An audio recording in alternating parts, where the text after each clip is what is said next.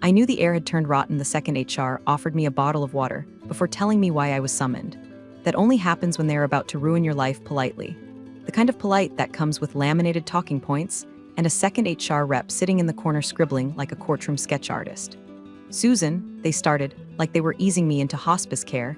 You've been instrumental to grant them metrics. 11 years of dedication, and we can't thank you enough. Cue the funeral music. Then came the part where they said the word strategic realignment like it was a flavor of yogurt instead of a gut punch. My title, Operations Lead, was being phased out in favor of a more agile approach to cross-functional synergy. In English, they were handing my entire role over to Brad. Brad, the CEO's semi-employed nephew with a YouTube channel about manifesting wealth and exactly zero understanding of vendor compliance, regulatory audit trails, or adult behavior in general. Brad, the guy who once forwarded one of my process flowcharts back to me with the note, "Make this more vibe-aligned." I didn't cry. I didn't scream. I didn't even flinch. I just nodded and took the bottle of water like a condemned woman politely accepting her last cigarette. Hey, before we go further, quick thing. If you're listening to this and thinking, damn, this kind of quiet, cold-brewed corporate betrayal hits home, maybe tap that subscribe button. It helps more than you think. And hit like too, because it really does keep this little revenge-fueled engine running, and our whole team lives off petty justice and algorithm crumbs. Anyway, back to my funeral. The kicker came when my boss, Chuck, walked in mid-meeting wearing his I've got good news smile, the one he usually saves for bake sales and vendor rebates. He clapped a hand on my shoulder and said, "We're promoting family." Promoting family, like it was some sacred rite. Like we were all standing in a Norman Rockwell painting instead of a spreadsheet hellscape built on my blood, caffeine, and 3 a.m. contract revisions. Brad wasn't just being given my role. He was being handed the keys to every process I'd spent over a decade refining, streamlining, and crisis-proofing. Procurement pipelines, risk audits, master services agreements, stuff that didn't just matter, it protected the company from lawsuits, fines, and flaming dumpsters of liability. And Brad once got locked in the server room because he thought it was the wellness nap pod, so I nodded again. And I said, "Congratulations, Brad." He blinked, surprised, like he expected me to break down or make a scene. But I wasn't going to give any of them that satisfaction. No tears, no raised voice, just silence, the kind that grows sharp edges when you leave it long enough. They moved me to an advisory role. No team, no projects, just a badge, a laptop, and an email that now auto-forwarded most things to Brad for approval. My calendar went from meetings and vendor calls to white space. No one needed me. No one wanted me in the room. But you know what no one disabled? My access. Still had read-only rights to the shared drive. Still had permissions to the contract archives. Still had my signature on the MSA addendum, the one I'd pushed through 2 years ago when legal was out with the flu and we needed emergency continuity protocols. Clause 14.3b. It sat there, dusty and ignored, under a PDF labeled Final, Real Final MSAV 7, and right there in black and white. Any reassignment of operational authority without formal delegation documentation shall render said contract void in the event of control transfer. No one had revoked it. No one had overridden my authority at the time. They'd promoted family, but they hadn't buried me properly, so I waited. I logged off Slack, muted the company town halls, smiled at Brad's weekly vision update emails full of emojis and empty jargon, let him fumble forward into the spotlight, and I sharpened my silence into a knife. Brad had the gall to say, "Let's loop Susan in for optics," like I was a potted plant he needed for ambience. That's how I ended up on a Zoom call I was never meant to speak on, camera off, mic muted, just a ghost hovering at the edge of my own legacy, while he steamrolled every inch of it into a corporate slideshow. The meeting was with our biggest client, one whose contract, the Master Services Agreement, I had personally written, revised, and negotiated over 6 months of migraine-inducing legal back and forth. This wasn't just any document. It was the document, the backbone of our entire operation. The thing that made investors take Grantham metrics seriously. The thing that kept us from getting sued every time Brad had a new idea involving crypto, gamification, or God help me, scalable soul alignment. Now here he was, clicking through a color-coded slide deck like a toddler showing off macaroni art. He mispronounced indemnification, skipped 3 sections entirely, and referred to a clause about service-level expectations as probably optional, right? My personal favorite, when he tried to explain the failover protocol and said, in the event of like a server explosion or alien invasion or whatever, we pivot to another server, he chuckled. The client didn't. I should have been furious, should have stood up, turned my mic on, and gutted him with facts. But I didn't. I just took notes, quietly, patiently. Every wrong term, every skipped section, every pause where he looked to his assistant like a child searching for the bathroom. And then came lunch. He waltzed into the break room like he'd just returned from war, holding a salad the color of despair and talking into his AirPods. When he saw me, he lit up like a discount LED bulb and said, "Hey, Susan, You catch that call? Pretty good flow, huh? I looked up from my microwaved lentils and said, interesting interpretation. He laughed. We're simplifying everything. Gotta declutter all that legacy crap you built. Legacy crap. He meant the contract language that kept us out of court last year. The emergency redundancy systems that saved us during the December outage. The compliance checklist that took us from backwater vendor to enterprise ready overnight. Crap, apparently. Brad then dropped into the seat across from me like we were old war buddies. He bit into his salad and started rambling about making the onboarding docs feel more TikTok and less IRS. I chewed, nodded, smiled, and started my catalog, not just notes, evidence. I downloaded the call recording from the Zoom archive, backed up the internal chat logs, copied the Slack thread where his assistant asked me, off the record, what clause 14.3b was and whether she should delete it from the next version. I replied, check the audit log before making changes. Always. She reacted with a heart emoji. That same afternoon, Brad forwarded me a marked-up draft of the MSA with half the protections gutted and a new section called Strategic Vibes and Operational Mood Boards. I printed it, annotated every change in red, then filed it under just in case. No one asked me what I thought, not Chuck, not legal, not the board. I had become background noise in a system I built. But here's the thing about background noise, it hums, it builds. It drowns out the idiots when the power flickers, so I kept humming. Logged every time Brad used my language and claimed it as his, tracked each revision to client contracts, noted when he skipped required signatures, watched him talk over junior staff, rewrite SOPs without compliance sign-off, and wave off vendor warnings like they were spam emails. Each time I smiled. He thought silence meant defeat, but silence is just what happens before the avalanche. My badge still worked, technically. I could get through the front doors, wave politely at reception, even sit in the same beige ergonomic chair I'd inhabited for over a decade, but everything else had been stripped like bark off a tree. My calendar was blank. My inbox was quiet. My name was gone from project threads. No more client calls. No more vendor escalations. No more late-night legal reviews where I fell asleep face down on a non-disclosure clause. I was now in a non-critical advisory role, which, translated from HR speak, meant I was a ghost with a salary. Even had the gall to send a company-wide announcement. Excited to share, Susan will now serve in an elevated strategic capacity as our Senior Advisor Emeritus on Operations Evolution. A title so puffed up and hollow it might as well have come with a paper crown and a gift card to Olive Garden. No one asked me anything, not even questions they used to panic over. Where's the vendor clause for third-party data retention? What does clause 9.2 mean under ISO review? What counts as breach during a merger? Silence. It was insulting, yes, but worse, it was intentional. They wanted me to fade out quietly like background static, like a loyal dog sent out to pasture with a pat on the head and a handful of old bones. But I wasn't going anywhere. I still had access. Not to emails or contracts in play, Brad had seen to that, but the shared drive, they forgot that part. Every folder I built, every audit log, every finalized PDF with locked signatures and embedded timestamps, every change tracked, every version labeled not just final, but final use this one. And tucked into the corner of one unassuming folder, named in lowercase like it didn't matter, was the original Master Services Agreement, the real one. The framework that kept Grantham from collapsing under its own incompetence. At the very bottom, pended with a quiet little addendum D, was a clause I'd written in the early COVID days when legal was juggling remote notarizations and CFOs were panicking about insurance coverage. It was buried beneath force majeure revisions and continuity planning, back when everyone was too sleep-deprived to notice what passed across their desks. Clause 14.3b. In the event of leadership reallocation affecting key operational authorities, the MSA remains enforceable only upon formal delegation of duty to a named replacement, signed by the prior authority and witnessed by compliance or legal. It was CYA boilerplate, corporate folklore. Everyone ignored it, everyone but me, because Brad had never asked me to sign a delegation. Chuck hadn't routed anything through legal. They'd ripped me out of the role like weeds from the garden and assumed silence meant consent. So I opened the change log. My name, my digital signature, time-stamped, locked, no one had touched it. Clause 14.3b was still live, and in the context of a control transfer like, say, an acquisition, it was a kill switch. I sat back in my chair, the one I was no longer authorized to adjust the lumbar settings on, and exhaled like I was coming up from underwater. My hands didn't shake. My heart didn't pound. This wasn't revenge. It was record-keeping. Brad wanted advisory? Fine. Here's my advice. Never remove the woman who remembers where all the bodies are buried, especially if she drew the original damn map. I spent the next hour printing copies. Addendum D, Clause 14.3b, the original MSA, my signature history, the email chain where legal acknowledged receipt, the silence that followed. I labeled the folder just in case and saved it 3 ways: cloud, encrypted, flash, and paper hard copy in a manila envelope tucked inside the freezer behind my emergency vodka. I didn't know exactly when I'd need it, but I knew why.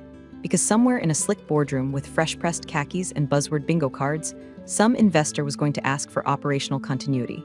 And when they did, the house of cards Brad built on PowerPoint slides and vibes was going to come crashing down.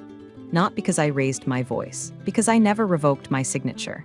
By the time due diligence officially kicked off, Brad had settled comfortably into the role of corporate golden retriever, big energy, no discipline, and a complete inability to stay focused unless someone waved a buzzword in front of him like a chew toy. We're entering an era of expansive synergy, he declared at the kickoff call with the investor group, as though he'd just discovered how Google Calendar works. Our client framework is lean, clean, and fully optimized for strategic reorientation. Translation: he didn't understand a goddamn thing he was saying, but the slides looked pretty and he got to say the word pivot 6 times in a row without someone slapping him with a stapler. Chuck, our benevolent dictator of a CEO, sat beside him in full proud dad mode, nodding like Brad had just announced he'd invented spreadsheets. I watched from a seat in the back corner of the conference room, invited just in case, but really brought in for the same reason people keep fire extinguishers around, only to be broken out when everything's already burning.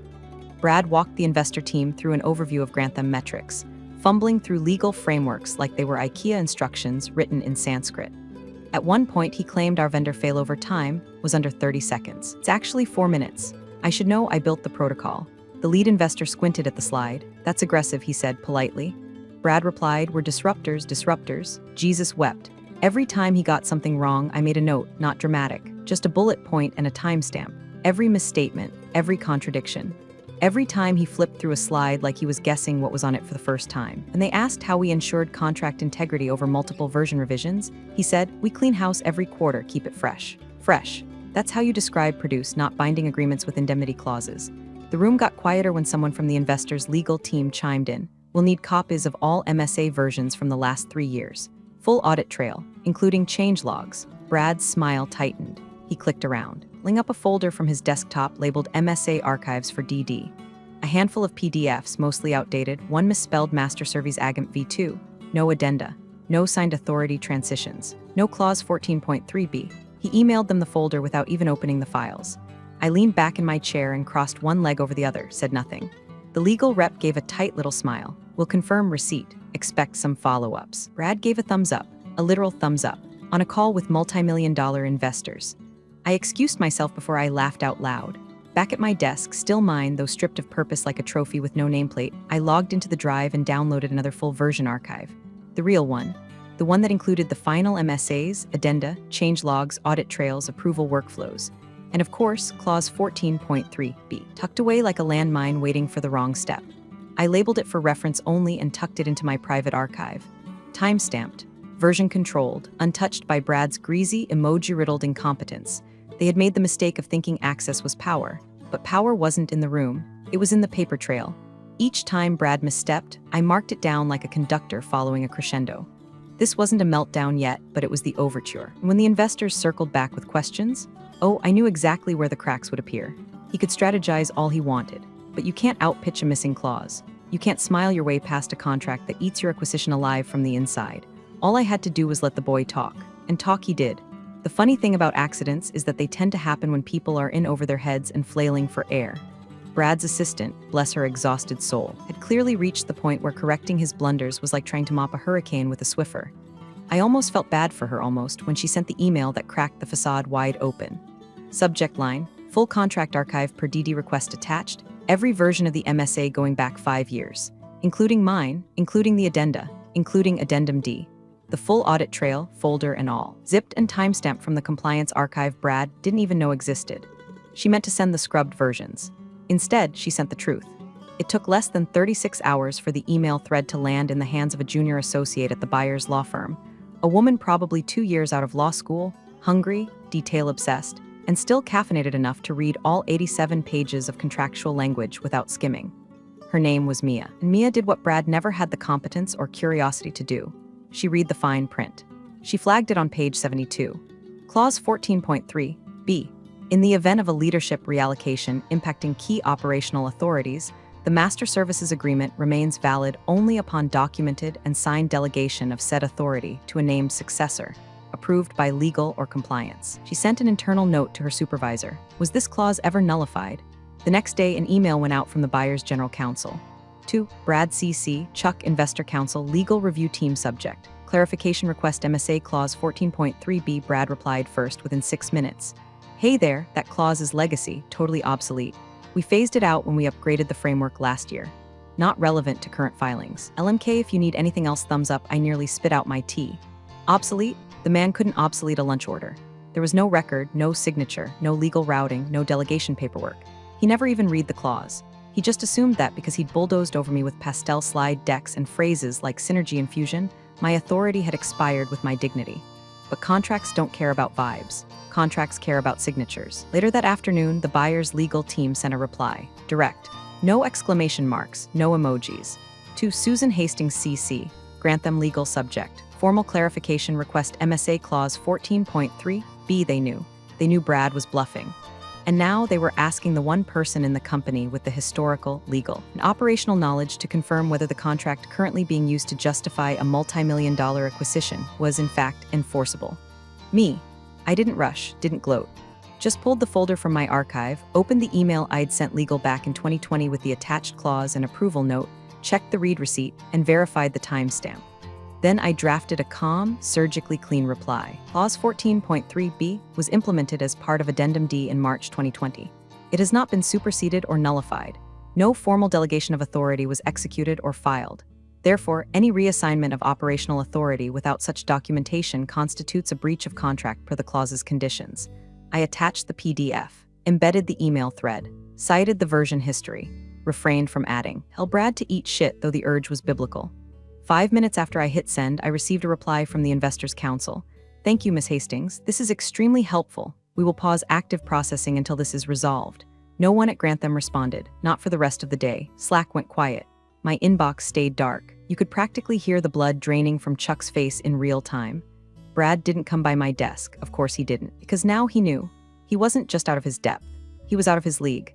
And the person he thought he replaced had just become the sole reason his dream acquisition might die in utero. Version control matters, Brad, and mine has teeth. I hadn't heard my name spoken with respect inside Grantham Metrics for months. Not since the day they shoved me out with a latte and a laminated HR memo about growth through generational vision. When the email from Investor Council hit my inbox that morning, I saw the subject line and knew the tide had shifted. Subject: Request for Clarification Meeting Clause 14.3b. The body of the email was clinical, courteous, and impossible to misread. Our legal team would appreciate a direct discussion regarding the origin and current applicability of Clause 14.3b, as referenced in the MSA archive. Your expertise and historical insight would be invaluable to our understanding. No copy to Brad, no copy to Chuck, just me and the lawyers. Funny how suddenly I was invaluable. I replied within the hour, happy to clarify, I'm available tomorrow. One request, I'd like to bring my notes for reference. Off the record, of course. Their response was immediate, absolutely. Please consider this meeting informal and confidential.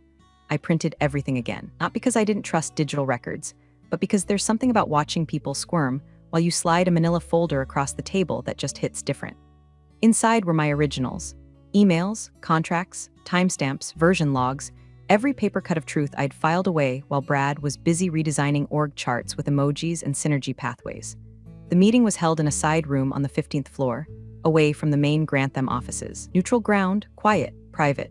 There were 3 of them, the buyer's lead counsel, a contracts analyst who looked like he hadn't blinked in a decade, and Mia, the junior associate who'd spotted the clause. She gave me a nod, half conspiratorial, like we were on the same side of a secret war. We were. They offered water. I declined. Lead counsel started. Ms. Hastings, thank you for coming. Want to confirm that Clause 14.3b was implemented in 2020, correct? I nodded, opening my folder. March 17th, to be exact. Added during pandemic restructuring to ensure continuity in leadership roles. We were building redundancy for worst-case scenarios, death, illness, abrupt exits. He raised an eyebrow. And you submitted this to Grantham Legal? I flipped to the printed email. Sent March 17, 11:24 a.m. Received by legal at 11:26. Read receipt confirmed. No objections filed. No superseding clause submitted. No delegation paperwork filed after my reassignment. So yes, 14.3b remains in full effect.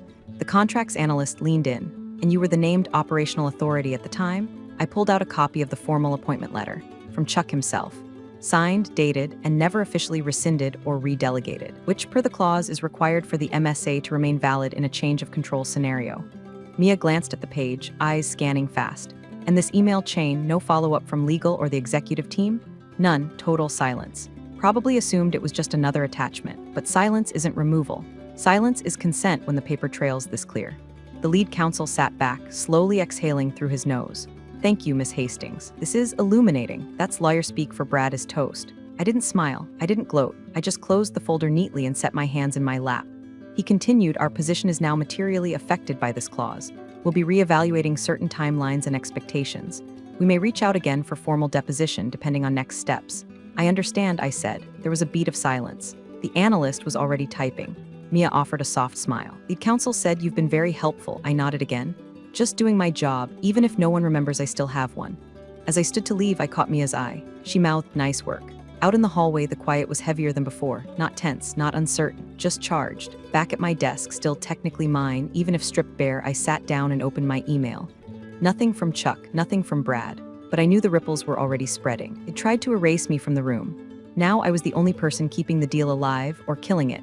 Power doesn't always shout. Sometimes it just sits in a folder, signed and time-stamped, waiting for the right eyes to see it. They brought in pastries like it was a party. A glossy spread of fruit tarts and artisan croissants lined the back table of the conference room, as if carbs might soften what was about to happen. Brad strutted around in a tailored blazer too tight in the shoulders, shaking hands like a politician and flashing his can't-fail smile. Chuck was already seated at the head of the table, tie slightly askew, face flushed in that way it gets when he's either excited or terrified but doesn't know which yet. The investors arrived as a unit, calm, cold, professional.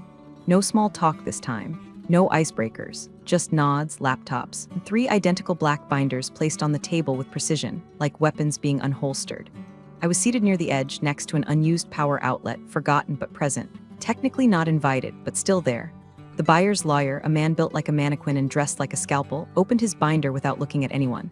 He flipped silently to a tab marked in red. No rush, no performance. Then he read, voice flat as a flat line. Clause 14.3b. In the event of a leadership reallocation impacting key operational authorities, the Master Services Agreement remains valid only upon documented and signed delegation of said authority to a named successor, approved by legal or compliance. He looked up. There was silence. Long, heavy, a kind of corporate suffocation. You could hear the HVAC hum and the brittle edge of someone's fingernail tapping the table. The lawyer continued. There's no record of such delegation. He didn't raise his voice. Didn't accuse anyone. He simply closed the binder with a soft thud like the end of a sermon. Then, without ceremony, he slid it across the table back toward the CEO. Didn't say another word. Brad went pale, not white, not pink, just gray, like his soul had short-circuited. His mouth opened slightly, no words coming out, just breathe and panic. Chuck leaned toward our in-house legal counsel, voice barely a whisper but sharp enough to cut glass. Can we override that? The GC didn't move. His lips parted just enough to mutter, not without her. 3 words, the room shifted. The air went hot, then cold. Brad sank into his chair like he'd suddenly remembered gravity existed. One of the board members, Janice, who'd once told me I was too thorough to scale, was now blinking hard at the binder like it might disappear if she stared long enough. The lawyer from the buyer's team finally spoke. Calm, clear. Per the clause, the agreement becomes unenforceable upon unauthorized reassignment. We need a valid delegation from the original operational authority to proceed. No one spoke. No one dared because they all knew exactly what I knew. Brad never got that delegation. Chuck never requested it. Legal never followed up. They had plowed forward, drunk on their own certainty, convinced that replacing experience with bloodlines and charisma would be enough to carry a multi-million-dollar acquisition across the finish line. But I was still legally standing at the gate. I caught Brad's eye. He looked at me like I was a ghost who'd come back wrong. The lawyer closed his laptop. We'll pause here. That's how it ended. Not with a bang, but with the sound of a binder sliding slowly across a table and the weight of everyone finally realizing what silence can cost. Chuck's office door was closed, but it didn't matter. Everyone on the floor could hear him yelling. His voice shot through the walls like a bat in a grocery store, loud, panicked, and bouncing off every hard surface. Who authorized this? Silence. Where's the paperwork? More silence. How the hell does she still have signatory rights? HR was in full cardiac tap dance mode. I passed their office on my way to the elevator and caught a glimpse of Denise, our head of people ops, elbow deep in filing cabinets she hadn't touched in 5 years. Another junior staffer had 3 monitors up with internal systems open, toggling between employee records and contract management software like her job depended on it, which, to be fair, it probably did now. But they weren't going to find it because it didn't exist. There was no delegation, no signed handoff, no internal memo, no PDF labeled Susan transition Brad takeover final use it this own. Nothing, because nobody bothered. They assumed a smile, a handshake, and a boardroom PowerPoint with stock photos of diverse high fives were enough to rewrite legal continuity. The investor team had officially hit pause. Not canceled, paused. Which, in corporate acquisition language, is code for we're circling with our knives out and patience gone. The buyer's legal team submitted a formal request. Full review of all material contract changes, signatory delegations, and internal handoffs from the past 12 months. Every clause, every addendum, every single scrap of digital dust. And that's when the letter arrived. Hand-delivered, printed on company letterhead, embossed seal, the whole ceremonial dress-up. I opened it slowly, standing in the same break room where I'd once taught Brad the difference between a fixed vendor retainer and a contingency clause. He didn't remember. I did. Request for cooperation in external legal review. Dear Miss Hastings, in light of recent findings related to the Master Services Agreement and related governance materials, we respectfully request your cooperation in providing historical context, documentation, and clarification regarding your prior role as operational authority. Your knowledge and records have been deemed critical to resolving current legal queries by our investors. I folded the letter once carefully and slid it into my desk drawer next to a half-used pack of gum and a flash drive labeled Karma. A few minutes later, I received the follow-up email confirming the meeting time. Also attached, an agenda drafted by legal, requesting insights into my contract archive and clause interpretations, specifically Clause 14.3b. It was almost sweet, like watching a toddler try to fix a shattered vase with Scotch tape and optimism. That afternoon, Chuck cornered me in the hallway, not yelling now, oh no. His voice had found a whole new octave, lower, tighter. Corporate contrition served lukewarm and shaking. Susan, clearly there's been a misunderstanding. Some things slipped through. You understand how fast-paced everything's been. I tilted my head. I understand you didn't remove me from my role correctly, I said, calm as a cloud. I was still the authorized signatory the day you promoted family. He blinked, twice.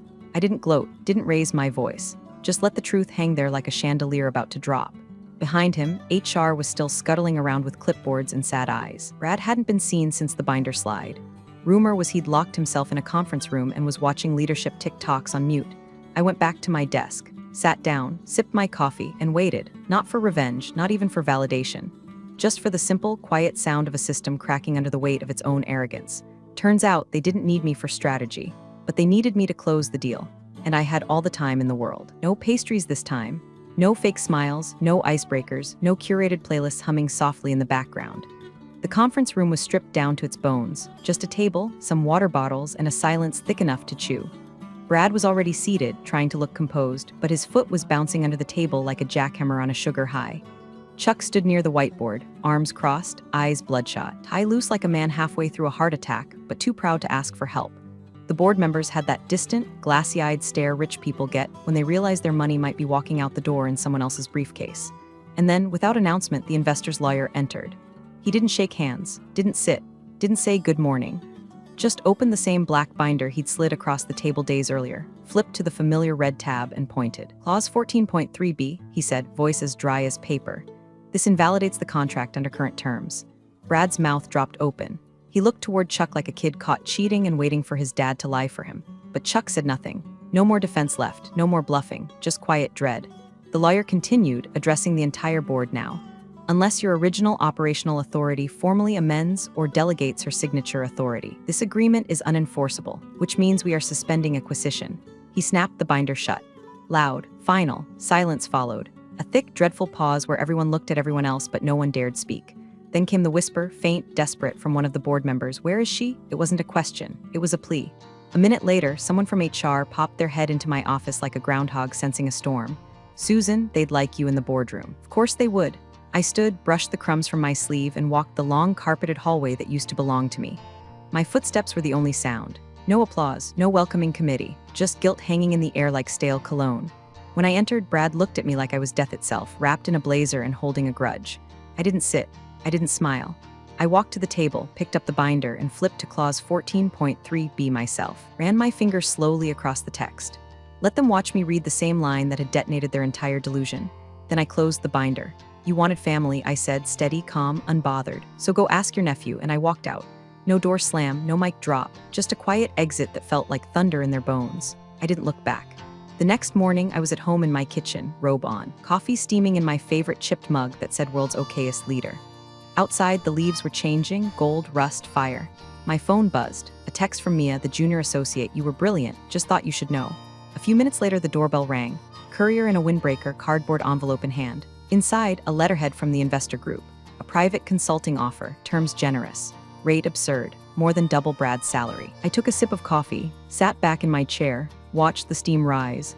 Silence, it turns out, is expensive, and I had let them pay full price. Appreciate you sticking around, you legends of the break room. Subscribe for more chaos. Let's make your old managers spill their coffee in fear.